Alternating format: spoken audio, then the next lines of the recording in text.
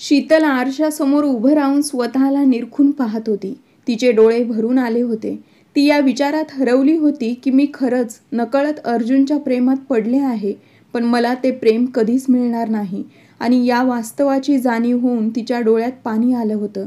ज्या प्रेमासाठी ती तरसली होती ते तिला कधीच मिळणार नव्हतं आणि हे दुःख तिला सहन होत नव्हतं. खरं तर या घरात शीतल फक्त तिच्या सासू सासऱ्यांमुळे म्हणजे शारदाताई आणि शरदरावांमुळे आली होती. त्यांची काळजी घेण्यासाठी तिला या घरात आणलं गेलं होतं. आता ती त्यांना चांगलं खाऊ पिऊ घालण्यायोग्य बनली होती. तिने एक नवीन दुनिया पाहिली होती. शहर पाहिलं होतं, शहरातले लोक पाहिले होते. शहराच्या हवेत मिसळलेली फसवणूक तिने अनुभवली होती आणि माणसांच्या कठोरतेच्या सीमा ओलांडलेल्या पाहिल्या होत्या. तिने अशा सुंदर दगडासारख्या लोकांना पाहिलं होतं जे आपल्या भावना पूर्णपणे दडवून ठेवू शकतात. या सगळ्या बदलांची सुरुवात फक्त सासू सासऱ्यांमुळे झाली होती, ज्यांनी तिचं आयुष्य पूर्णपणे बदलून टाकलं होतं. शीतल नेहमीच एक साधी, स्वच्छ आणि सुसंस्कृत जीवनशैली जगली होती, जिथे आनंद होता, प्रेम होतं आणि रंगीबेरंगी स्वप्न होती. तिचे आई वडील गरिबीच्या झळा सहन करत करत अनेक आजारांमध्ये अडकले आणि शेवटी या जगातून निघून गेले. सर्वात आधी वडील गेले आणि त्यांच्या दुःखाने शीतलची आई इतकी खचली की ती अंथरुणाला खिळली आणि वडिलांच्या निधनानंतर केवळ 5 महिन्यातच तीही शीतलला एकटी सोडून गेली. शीतल मग आपल्या काकीच्या घरी राहू लागली. शीतल घरातले सगळे काम करत असे आणि बदल्यात तिला दिवसातून 2 वेळा जेवण आणि काही कपडे मिळत. काकींच्या मुलींचे वापरलेले कपडे शीतल शांतपणे स्वीकारून घालायची. कधीकधी तिला काकीच्या टोमण्यांसोबत काकांच्या तिरस्कारपूर्ण शब्दांनाही तोंड द्यावं लागायचं. काकीच्या मुलीही फारसं तिला भाव देत नसत. घरात फारसा ऐशोआराम नव्हता, पण गरिबीही नव्हती. शीतलने जे आहे त्यात समाधान मानण्याची सवय लावून घेतली होती. तिला कधीही जास्तीची हाव नव्हती. त्या काळातही ती आपल्या आयुष्याने खूप समाधानी आणि सुखी होती. काकीने तिच्यावर एक उपकार केला होता. तिची शाळा बदलून टाकली होती. आधी तिचे आई वडील तिला मोठ्या कष्टाने एका छोट्याशा खाजगी शाळेत शिकवत होते, पण काकीने तिला तिथून काढून एका सरकारी शाळेत टाकलं. शीतलने त्यांचीही कधी तक्रार केली नाही. उलट सरकारी शाळेतही ती मन लावून शिकू लागली होती. सध्या ती 10वी शिकत होती. सकाळी लवकर उठून सर्व घरकाम करायची, मग शाळेत जाऊन परत आल्यावर पुन्हा घर सांभाळायची. ही तिची जबाबदारी होती. ती घरकाम झाल्यावर बागेतील झाडांना पाणी घालायची, पक्ष्यांना दाणे टाकायची. अंगणाच्या मधोमध असलेल्या कडुलिंबाच्या झाडावर झुला होता आणि तोच तिचा एकमेव विरंगुळा होता. दुपारी जेव्हा काकीच्या मुली आराम करत असत तेव्हा शीतल त्या झुल्यावर बसून इतकी आनंदी व्हायची जणू काही तिला एखादा खजिना मिळाला आहे. तेव्हा उन्हाचं तापमान खूप वाढलेलं होतं आणि हवाही गरम व वेगाने वाहू लागली होती. कडुलिंबाच्या पानांनी संपूर्ण अंगण भरून जायचं. कधीकधी वाऱ्यामुळे सुकलेली पानं इतकी साचायची की तिचा पूर्ण दिवस साफसफाईतच जायचा. असंच एक दिवस ती हातात झाडू घेऊन अंगणात झाडत होती. तेव्हाच काकीचा कठोर आवाज ऐकू आला, "शीतल, कपडेही धुवायचे आहेत, लवकर कर. सर्व दिवस फक्त साफसफाई करायची आहे का?" काकीचं बोलणं ऐकताच शीतलच्या हातांची गती वाढली. "आई, तू हे फुकटचं ओझं का सांभाळून ठेवलं आहेस? बघ ना, तुझे कपडे तिच्यासाठी घेतले आहेत, त्याच पैशात आमच्यासाठी छान बांगड्या आल्या असत्या," असे काकीची मुलगी सीमा तिरस्काराने म्हणाली.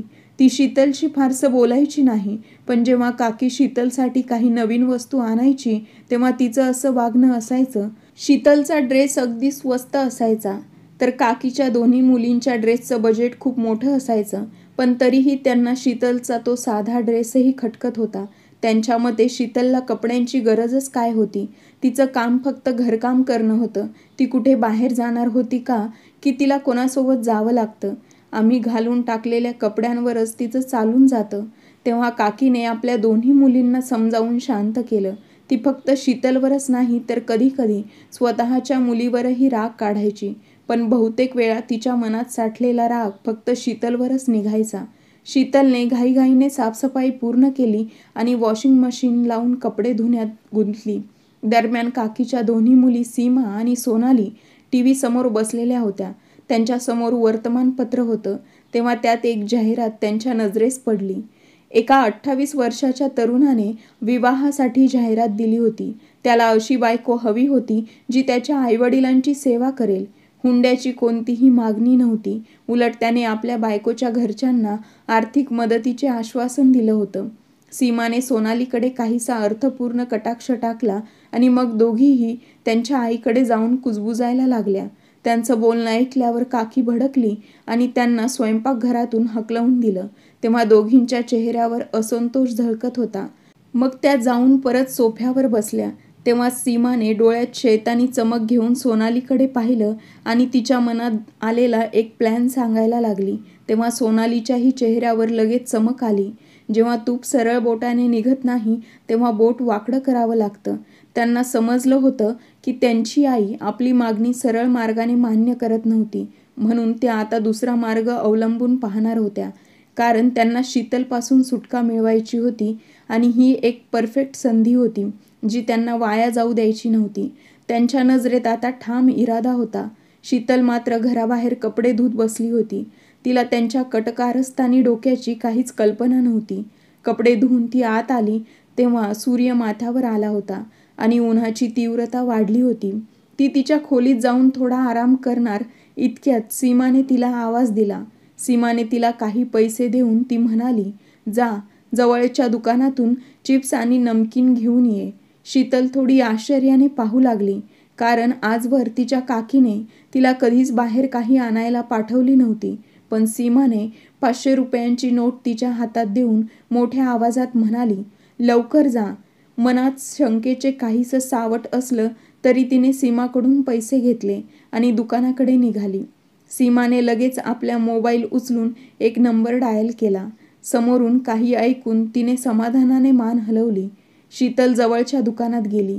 घाबरत घाबरत तिने नमकीन, चिप्स घेतले आणि लवकर परत येऊ लागली. पण तेव्हा शेजारच्या घरातून एक मुलगा बाहेर आला आणि त्याने चालताना शीतलचा हात पकडला. शीतल हादरून गेली. तिच्या आयुष्यात पहिल्यांदाच तिला अशा परिस्थितीला सामोरं जावं लागलं होतं. तिचे हातपाय थरथरू लागले. ती घाईघाईने आपला हात सोडवण्याचा प्रयत्न करू लागली. तेवढ्यात बाहेर येणाऱ्या काकीची नजर या प्रसंगावर पडली. शीतलचा हात वस्तीतील एका बदमाश मुलाच्या हातात होता आणि तिच्या हातातली शॉपिंग बॅग हे दृश्य पाहून काकीच्या कपाळावर आठ्या उमटल्या. त्यांना वाटू लागलं, आपल्या संस्कारात कुठे चूक झाली. काय कमी राहिली शीतलवर संस्कार करण्यात. त्या संतापलेल्या होत्या. त्यांनी तडक शीतलचा हात पकडला आणि सगळ्या गल्लीसमोर तिला एक जोरात कानाखाली मारली. मग तिला ओढतच घरात घेऊन आल्या. शीतल रडत रडत स्वतःची बाजू स्पष्ट करत, काकी मी नाही गेले, सीमानेच पाठवलं होतं मला चिप्स आणायला. पण काकी तिचं काही ऐकून घ्यायला तयार नव्हत्या. या घटनेच्या थोड्या वेळा अगोदर काकी त्यांच्या खोलीत गाढ झोपत होत्या. तेव्हा सीमा त्यांच्या खोलीत गेली आणि त्यांना झोपेतून जागं करत म्हणाली, आई एक फार महत्त्वाची गोष्ट सांगायची आहे शीतलबद्दल. सीमाने आपल्या आईसमोर एक बनवलेली कहाणी मांडली की शीतल दुपारी सगळे झोपलेले असताना गल्लीतील एका मुलाला भेटते, त्याच्याकडून खाण्यापिण्याच्या वस्तू घेते आणि नेहमी झोपेचं कारण सांगून बाहेर फिरते. काकीला हे माहीत होतं की शीतल दुपारी फारशी झोपत नाही आणि घरात राहत नाही. पण काकी कधीच शीतलच्या निरागस स्वभावावर अविश्वास ठेवून तिच्यावर शंका घेत नव्हती. पण आज सीमाच्या बोलण्याने तिच्या मनात शंकेचं बीज पेरलं. सीमाने हेही सांगितलं की दररोज शीतलला चॉकलेट, मिठाई, चिप्स खाताना बघते. म्हणूनच तिने आज तिला रंगेहात पकडण्यासाठी तिला उठवलं होतं. आणि मग जेव्हा काकी गल्लीत गेल्या आणि त्यांनी तो प्रसंग पाहिला तेव्हा सीमाचं बनवलेलं नाटक त्यांना सत्य वाटलं.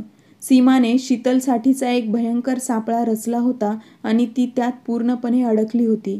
आज पहिल्यांदा ती घराबाहेर गेली होती आणि त्या दिवशीच तिच्या आयुष्यातला सगळ्यात मोठा धडा तिला मिळाला. पण आता खूप उशीर झाला होता. ना तिच्या अश्रूंवर कोणी विश्वास ठेवणार होतं ना तिच्या शब्दांवर. सीमा तर अजिबात मान्य करणार नव्हती की तीच होती जी शीतलला बाहेर पाठवून आली होती. काकीचा राग इतका उफाळून आला होता की त्यांनी शीतलला जबरदस्त मार दिला.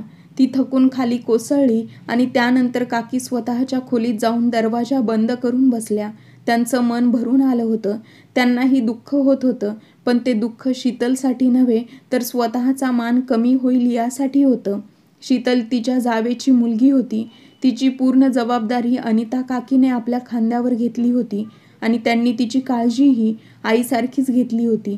हो, एखाद्या वेळेस नवऱ्याच्या तोंडच्या बोलामुळे त्या तिच्यावर थोडं रागवत असतील, पण मनापासून कधीच तिचं वाईट त्यांनी चिंतलं नव्हतं. म्हणूनच जेव्हा सीमा आणि सोनाली यांनी वर्तमानपत्रात छापून आलेल्या लग्नाच्या जाहिरातीवरून शीतलचं लग्न त्या माणसाशी लावण्याचा सल्ला दिला, तेव्हा अनिता काकी संतापली आणि दोघींना चांगलं सुनावलं. पण आता परिस्थिती पूर्ण बदलली होती. शीतल आपल्या छोट्याशा खोलीत अंगभर जखमा घेऊन पडलेली होती, अश्रूंनी भिजलेली.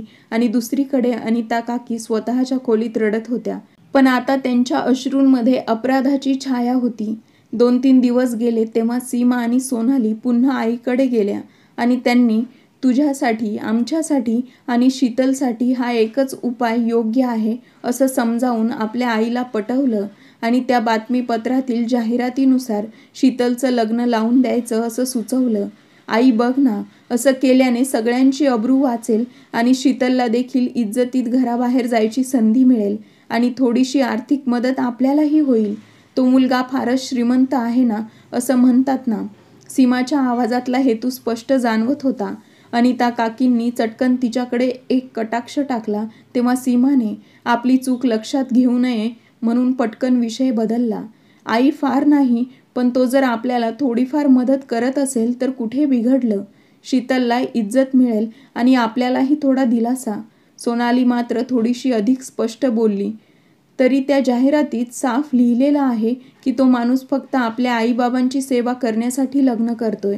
बायकोच्या नावाखाली त्याला घरात एक सेविका हवी आहे, जेणेकरून कोणी विचार करणार नाही. ते काहीही असो, पण कमीत कमी शीतल तरी कोणाच्या घरात इज्जतीने राहील ना. इथे राहिली तर रोज नवा तमाशा.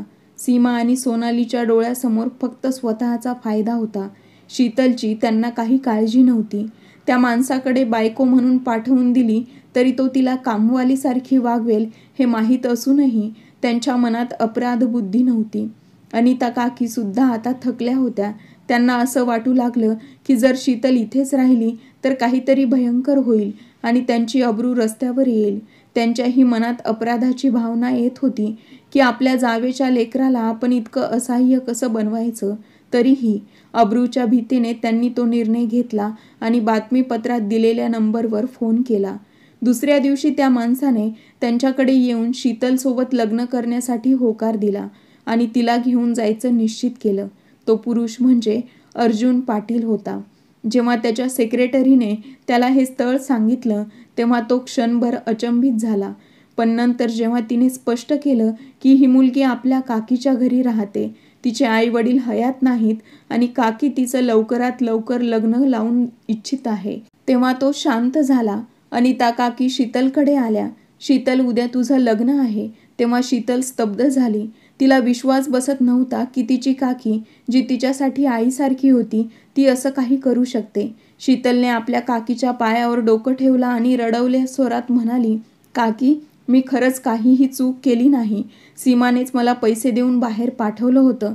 पण आता अनिता काकीला तिच्या कुठल्याच शब्दांवर विश्वास बसत नव्हता. त्यांच्या मनात एकच विचार घोळत होता, आपल्या मुलींच्या इज्जतीवर कुठलाही डाग लागायला नको, कारण त्यांच्याही मुली होत्या. उद्या त्यांच्यासाठी स्थळं येणार होती. शीतलचं सौंदर्य वस्तीत चर्चेचा विषय झाला तर सीमा आणि सोनालीच्या आयुष्यावर वाईट परिणाम होऊ शकला असता. सीमा आणि सोनाली स्वतः फार सुंदर होत्या, पण शीतलचा चेहरा स्वाभाविक आणि नैसर्गिक सौंदर्याने उजळला होता. तिच्या नजरेत निरागसपणा होता, चेहऱ्यावर निर्मळ शांतता. सीमा आणि सोनाली मात्र सौंदर्य प्रसाधने वापरून चेहऱ्यावरचं ते गोड रूप हरवून बसल्या होत्या. पुढच्या दिवशी अर्जुन पाटील आपल्या आईवडिलांसोबत आणि काही लोकांनिशी शीतलच्या घरी आला.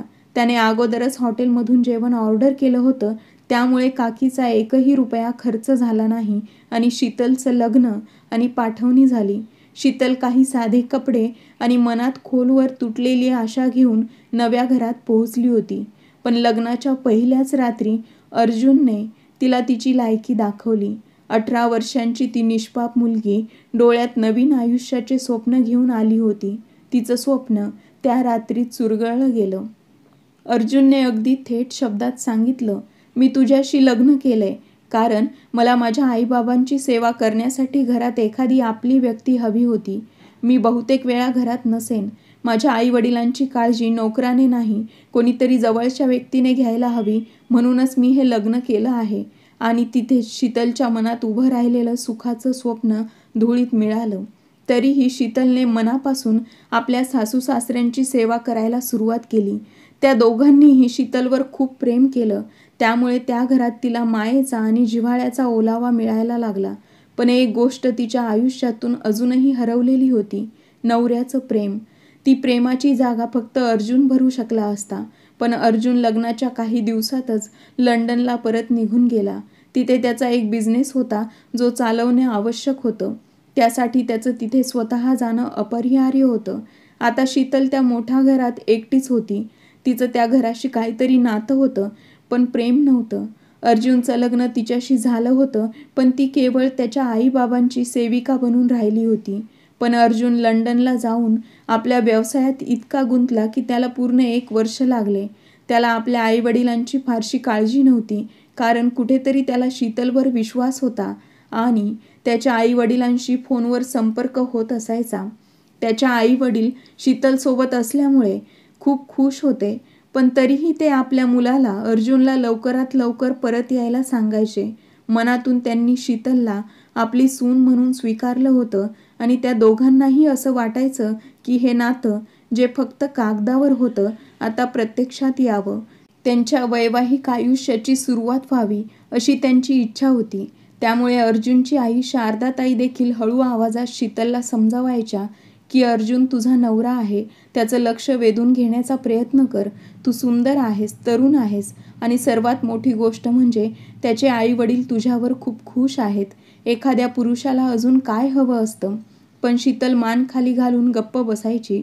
शारदाताई तिचं डोकं मांडीवर घेत प्रेमाने म्हणायच्या, जेव्हा तू लग्न करून या हवेलीत आली होतीस तेव्हा तुझं वय फक्त 18 वर्ष होतं.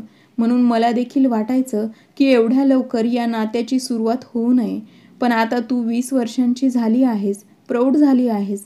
आता या नात्याची सुरुवात करण्यासाठी उशीर करू नकोस. पण आपल्या सासूबाईंच्या अशा बोलण्यावर शीतल मात्र काहीही बोलू शकली नाही. कारण अर्जुनचं नाव ऐकल्यावरच तिचं हृदय जोरजोरात धडधडायला लागायचं. म्हणून ती ना अर्जुनसमोर ना सासू शारदाताईंसमोर आपली भावना व्यक्त करू शकत होती.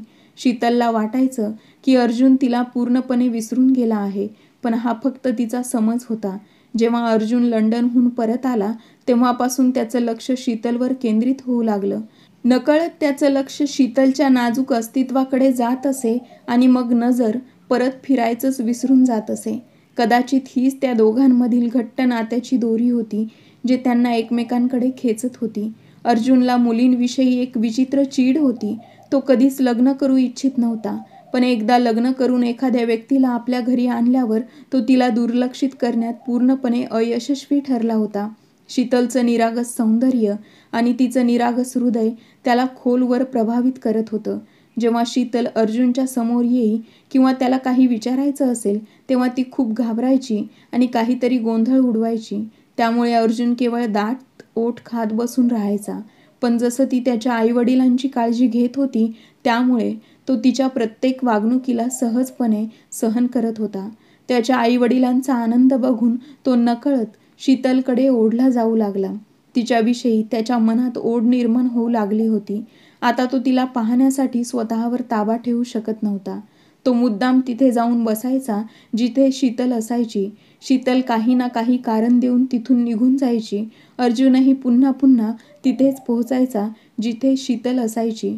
तिचं लाजणं, गोंधळणं आणि तिथून पळून जाणं हे सगळं अर्जुन खूप एन्जॉय करत होता. शीतल जिथे कुठे असायची तिथे अर्जुन तिच्याकडे एकटक पाहत बसायचा. शीतलला वाटायचं की तो हे सगळं मुद्दाम तिला त्रास देण्यासाठी करत आहे आणि काही प्रमाणात ते खरंही होतं.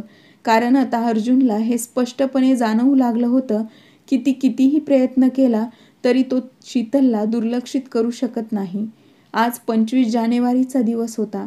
आजच्या दिवशी शीतलने तिची आई गमावली होती. त्यामुळे ती सकाळपासून खूप उदास होती. आईच्या आठवणीने तिच्या डोळ्यात अनेक वेळा पाणी आलं होतं, पण तिने ते पुसून टाकलं.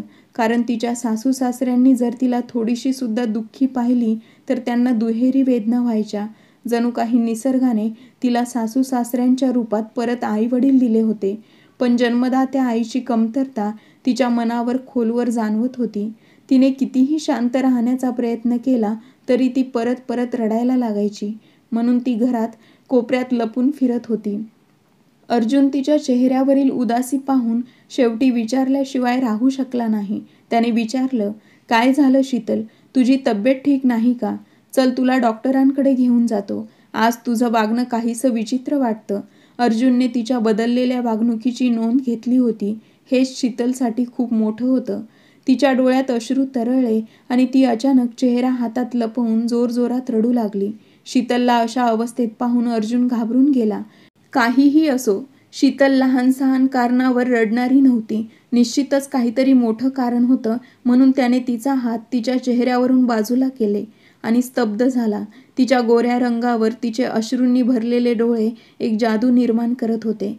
त्या क्षणी अर्जुन तिच्या मोहकतेच्या जाळ्यात पूर्णपणे अडकून गेला. त्याने नकळतपणे शीतलला आपल्या छातीशी घट्ट धरलं आणि तिच्या खांद्यावर थोपटून तिला धीर देत राहिला. पण आता अर्जुनच्या छातीशी विसावलेल्या शीतलचं रडणं हळूहळू हुंदक्यात बदलत होतं. ती जोरजोरात रडू लागली होती. त्यामुळे अर्जुन पूर्णपणे गोंधळून गेला होता. त्याला तिच्या रडण्याचं कारण समजत नव्हतं. सकाळपासून काही विशेष घडलं नव्हतं. काय झालंय? मला सांग, का रडते आहेस तू? तुझी तब्येत खराब आहे का? इतकं का रडतेस? असं म्हणत त्याने तिला हळुवारपणे स्वतःपासून वेगळं केलं आणि तिचे अश्रू हाताने पुसले. काही नाही, फक्त आईची आठवण येते, हुंदक्यांमध्ये शीतलने उत्तर दिलं आणि अर्जुनने दीर्घ श्वास घेतला. त्याला हायसं वाटलं की काही मोठं वाईट घडलेलं नाही. ती फक्त तिच्या आईसाठी व्याकुळ होती. चिंता करू नकोस, त्यांच्यासाठी प्रार्थना कर. आपण वैकुंठ भूमीत जाऊया, अर्जुनने तिला सावरत सांगितलं. तेवढ्यात त्याच्या सेक्रेटरीचा फोन आला. ती एका तातडीच्या मीटिंगसाठी त्याला ऑफिसमध्ये बोलावत होती. शीतलला अशा अवस्थेत सोडून जाण्याचं अर्जुनचं मन नव्हतं, पण ही त्याची मजबुरी होती. त्यामुळे त्याला जावंच लागलं. मात्र जाण्यापूर्वी तो शीतलला दिलासा द्यायला विसरला नाही. अर्जुन ऑफिसला गेल्यानंतर शीतल लॉनमध्ये येऊन बसली. थंडी प्रचंड वाढली होती, पण तिला हवामानाची काहीच पर्वा नव्हती. तिला तिच्या काकीने तिच्यावर केलेल्या अत्याचारांची आठवण येत होती. असं म्हणतात की जेव्हा एखाद्याचं हृदय तुटतं तेव्हा तो फक्त एका दुःखासाठी रडत नाही, तर आयुष्यभर जे जे दुःख त्याने भोगलेलं असतं त्या सगळ्यांसाठी रडतो. शीतलचं सुद्धा त्या क्षणी तसंच काहीसं झालं होतं. ती आपल्या आयुष्यात मिळालेल्या प्रत्येक दुःखावर रडत होती. आकाश ढगाने झाकलं गेलं होतं. विजा चमकत होत्या, पण शीतल तिथेच बसली होती. ती आपल्या अश्रूंमध्ये सगळं दुःख वाहून टाकत होती. जेव्हा पावसाला सुरुवात झाली तेव्हाही ती तिथून हलली नाही. तिच्या शरीरात तीव्र वेदना जाणवू लागल्या आणि थंडीमुळे तिचं पूर्ण अंग थरथरू लागलं. डोक्यात वेगवेगळ्या ठिकाणी वेदनांच्या लाटा उसळत होत्या. शेवटी खूप कष्टाने ती तिथून उठली आणि आपल्या खोलीत गेली. फारशी ताकद नसतानाही तिने कपडे बदलले आणि थेट पलंगावर कोसळली. थंडीमुळे तिचं संपूर्ण शरीर गारठून गेलं होतं. रात्री उशिरा अर्जुन मीटिंग संपवून घरी परतला तेव्हा त्याची नजर शीतलला शोधत होती, पण ती कुठेच दिसत नव्हती. त्याने आईवडिलांच्या खोलीकडे मोर्चा वळवला, कारण तो येण्याआधी ती कधीच झोपत नसे. त्याचे बाबा थंडीने थरथरत होते आणि त्यांना जोरदार खोकला लागलेला होता. अर्जुन पटकन त्यांच्या दिशेने गेला. त्यांना सरळ करून बिछाण्यावर झोपवत म्हणाला, काय झालं? तब्येत इतकी बिघडली कशी? आणि शीतल कुठे आहे? तर त्याची आई, जी आपल्या गुडघ्यांवर औषध लावत होती, ती म्हणाली, थंडी वाढली की त्यांच्या गुडघ्यात दुखणं सुरू व्हायचं आणि रोज रात्री झोपण्याआधी शीतल त्यांच्या पायांची मालिश करत असे. पण आज त्या स्वतःच औषध लावत होत्या. माहीत नाही बाळा, मी तिलाही बराच वेळ आवाज दिला, पण ती आलीच नाही. कदाचित तिच्या खोलीत आराम करत असेल.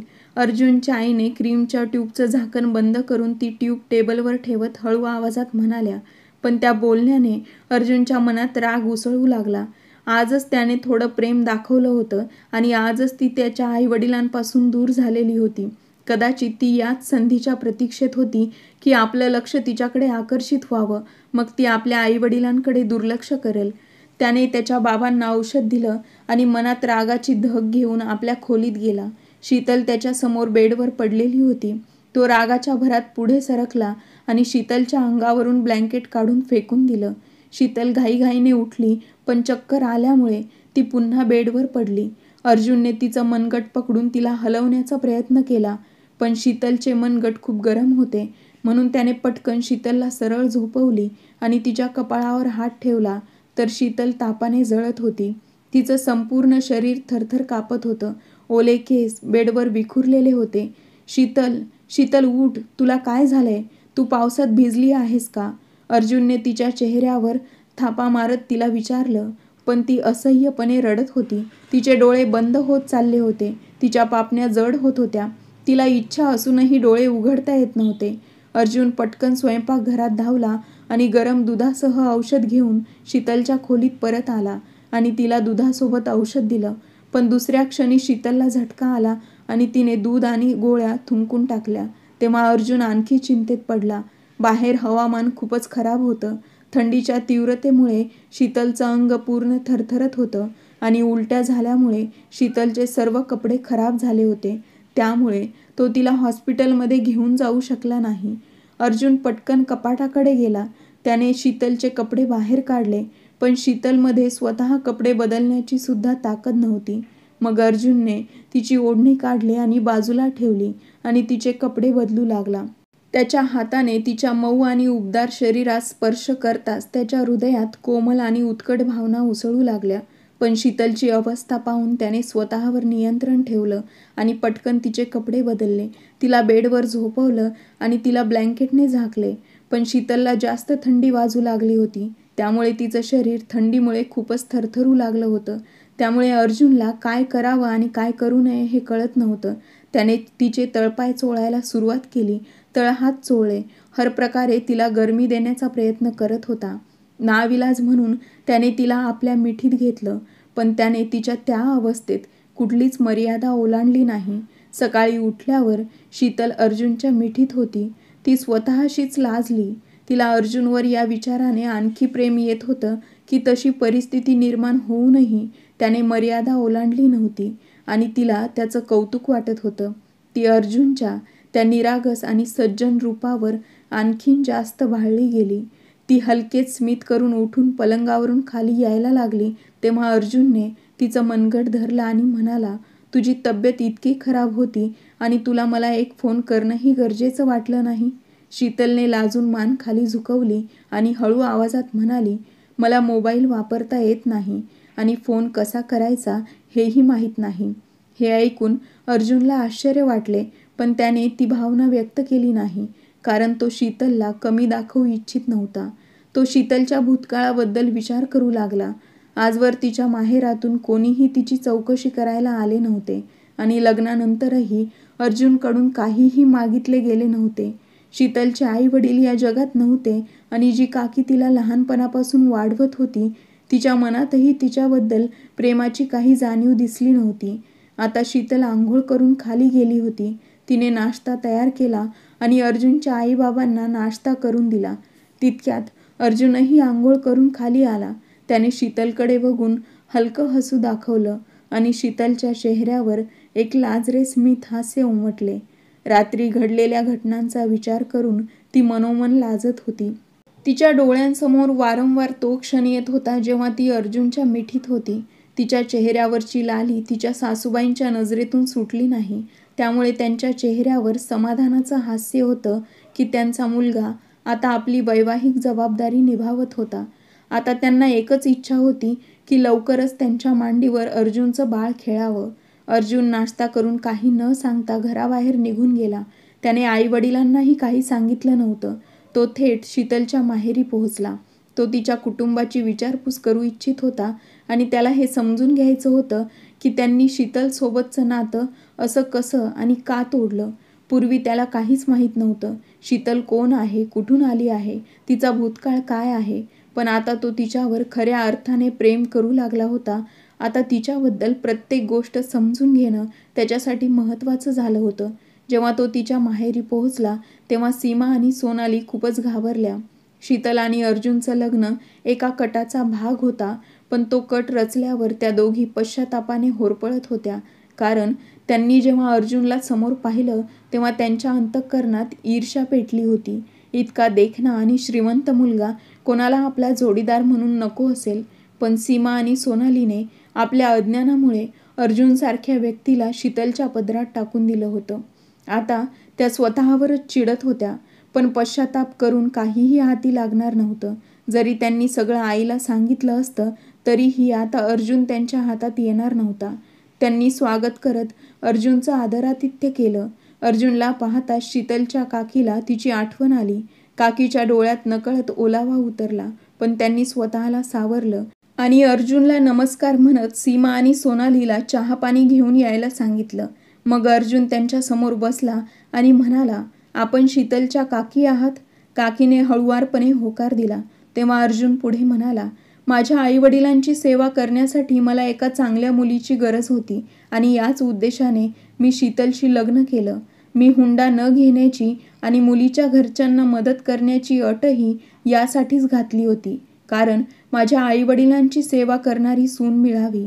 अर्जुन आपल्या बोलण्याला एक भूमिका देत होता आणि हे ऐकून काकीचं हृदय भरून आलं. त्या म्हणाल्या, कुठे शीतलकडून काही चूक तर झाली नाही ना?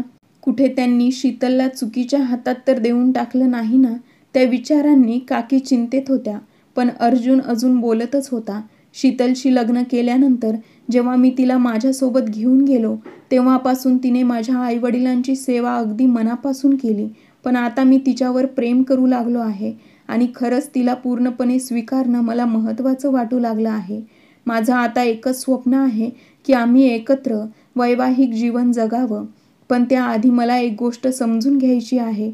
मी तुम्हाला जे काही ऑफर केलं त्यामागे माझं एक स्वार्थी कारण होतं की माझ्या आईवडिलांना एक चांगली सेवाभावी सून मिळावी. पण तुम्ही शीतलचं माझ्याशी लग्न करून दिल्यानंतर एकदाही तिची विचारपूस केली नाहीत. त्यामुळे मी फक्त एवढंच विचारू इच्छितो, असं का? अर्जुनचा स्वर शांत आणि नम्र होता, पण काकीच्या कपाळावर घाम फुटला होता. त्या खरं सांगायला जातच होत्या, पण त्यांना वाटलं की ते सांगितल्यास शीतलचं नातंच धोक्यात येईल. त्यामुळे त्यांनी स्वतःच वाईट बनणं पसंत केलं. शीतल आमच्यासाठी एक ओझं होती, त्या म्हणाल्या. म्हणूनच जेव्हा तुमचं स्थळ आलं तेव्हा वाटलं की चांगला प्रस्ताव आहे, तिचं लग्न लावून द्यावं. शीतलच्या स्वभावात लहानपणापासूनच सेवा आणि समर्पण आहे. म्हणूनच मला खात्री होती की तुमच्यासोबत नीट निभावून देईल आणि तुम्हाला कधीही तक्रार करण्याची संधी देणार नाही. त्यांचं बोलणं नुकतंच संपलं होतं. तेवढ्यात सीमा स्नॅक्स आणि थंड पेय घेऊन पुढे आली. अर्जुनने काहीही खाण्यापिण्यास नकार दिला आणि काकींना निरोप देण्याचे शब्द बोलू लागला. तेवढ्यात सीमा आईपासून नजर चुकवून अंगणात बाहेर आली. तिच्या डोक्यात पुन्हा एक नवीन खोटी योजना तयार झाली होती आणि ती आता त्यावर अंमल करण्याच्या विचारात होती. जसा अर्जुन बाहेरच्या गेटवर आला तसं सीमा पटकन त्याच्या वाट्यात येऊन उभी राहिली आणि म्हणाली, नक्कीच तुम्ही खूप देखणे आहात आणि चेहऱ्यावरून सभ्य माणूस वाटता. पण जी मुलगी तुम्हाला मिळाली ती... खरं तर आईने तुमच्यावर फार अन्याय केला आहे. एक अशी मुलगी तुमच्यासोबत बांधली जिने इथल्या गल्ल्यांमध्ये अफेअर्स केले होते. स्वतःची बदनामी टाळण्यासाठी तिने तुमच्यासोबत लग्न केलं आणि काय माहीत ती आजही तुमच्या घरी राहून इतर पुरुषांशी संबंध ठेवते की काय? सीमाने अफसोसाच्या स्वरात मान हलवली. पण हे ऐकून अर्जुन आश्चर्यचकित झाला. त्याला क्षणभर वाटलं की तिच्या चेहऱ्यावर जोरदार चापट माराव्यात, कारण त्याला शीतलच्या निरागसतेची आणि पावित्र्याची खात्री होती. तिच्या चारित्र्यावर तो मृत्यूनंतरही संशय घेणार नव्हता आणि या विश्वासावर शिक्कामोर्तब तर नुकतेच त्या रात्री झाले होते जेव्हा त्याने शीतलशी जवळीक स्वीकारली होती. ती एक नाजूक आणि निष्पाप कळी होती. तिला स्पर्श करणारा पहिला पुरुष तोच होता. त्याला हे माहीत होतं की शीतल निर्दोष आहे, पण सीमाच्या बडबडीने त्याचा संयम ढासळला. बस, तुझी बकवास थांबव, अर्जुन जोरात ओरडला. मी काही आंधळा माणूस नाही. तुझ्या चेहऱ्यावर जळण्याचे स्पष्ट चिन्ह दिसतात. तू शीतलवर जळत आहेस आणि म्हणूनच तिचं घर उद्ध्वस्त करण्यासाठी अशा खोट्या गोष्टी सांगत आहेस. पण मी त्या पुरुषांपैकी नाही जो कोणाच्याही म्हणण्यावरून स्वतःच्या बायकोच्या चारित्र्यावर संशय घेईल. पण मला तुझ्यावर नक्की शंका येते, कारण माणूस इतरांना आपल्या आरशातच पाहतो. अर्जुनच्या या शब्दांनी सीमा संतापून गेली. ती म्हणाली, बरं मग वस्तीतील त्या घरात जा आणि विचार की शीतलचा त्या मुलाशी काय संबंध होता. सीमाला वाटलं की वस्तीतील तो आवारा मुलगा आजही शीतलबद्दल काहीतरी सांगेल, पण तसं काही झालं नाही. अर्जुनला कोणत्याही पुराव्याची गरज नव्हती, पण सीमा स्वतः जाऊन शेजारच्या घरातून अजयला घेऊन आली आणि त्याला अर्जुन समोर उभा केला. पण अजयने स्पष्टपणे सांगितलं की ही सर्व सीमाची चाल होती. त्यामुळे शीतलचं लग्न अर्जुनशी लावण्यात आलं. अर्जुनने एक नजर सीमाकडे टाकली आणि मग तिच्या मागे उभ्या असलेल्या काकींकडे पाहिलं, ज्यांच्या डोळ्यात अश्रू होते. त्या तर इथे आल्या होत्या अर्जुनला समजावण्यासाठी की त्याने शीतलला थोडंसं समजून घेऊन माफ करावं आणि तिला आपल्या आयुष्यातून बाहेर काढून टाकू नये. पण इथे येऊन काकींना खरे सत्य समजले. शीतलचा या सगळ्यात काहीही दोष नव्हता. म्हणजे शीतल त्या दिवशी खरंच सत्य बोलत होती. काकींनी छातीवर हात ठेवला, जिथे दुखण्याची तीव्रता वाढत होती. अर्जुनने त्यांच्याकडे एक समजूतदार नजर टाकली आणि निघून गेला. थोड्याच वेळात तो शीतलला घेऊन परत आला तेव्हा काकींनी शीतलसमोर हात जोडले होते. तर शीतल डोळ्यात पाणी आणून त्यांना माफी न मागण्याची विनंती करत होती. तरीही काकींनी माफी मागितली. त्यानंतर दोघे हसत हसत बोलू लागल्या. तर सीमा लाजेने तिच्या खोलीत एकटीच बसली होती, कारण तिची स्वतःची आईही तिच्यावर रागवलेली होती आणि तिच्यासाठी हीच शिक्षा पुरेशी होती. अर्जुनने आज शीतलच्या चारित्र्यावर लागलेला एक डागही पुसून टाकला होता. लोक त्याच्याकडे अपराधी नजरेने पाहत होते. अर्जुन शीतलला परत आपल्या घरी घेऊन गेला तेव्हा शीतल अत्यंत आनंदी होती. खरंच तिचा धीर, संयम आणि निष्ठेचं फळ तिला देवाने अर्जुनच्या स्वरूपात दिलं होतं. त्यामुळेच शीतलचं आता पुढचं आयुष्य अत्यंत सुंदर आणि सुखदायक होणार होतं. आणि तसंच झालं. शीतलला ते प्रेम मिळालं होतं ज्याची तिने स्वप्न पाहिली होती. आज ती खऱ्या अर्थाने पूर्ण झाली होती. कथा आवडली असेल तर लाईक आणि शेअर करा आणि चॅनलला सबस्क्राईब करायला विसरू नका. भेटूया नवीन एका व्हिडिओमध्ये नवीन एका कथेसह.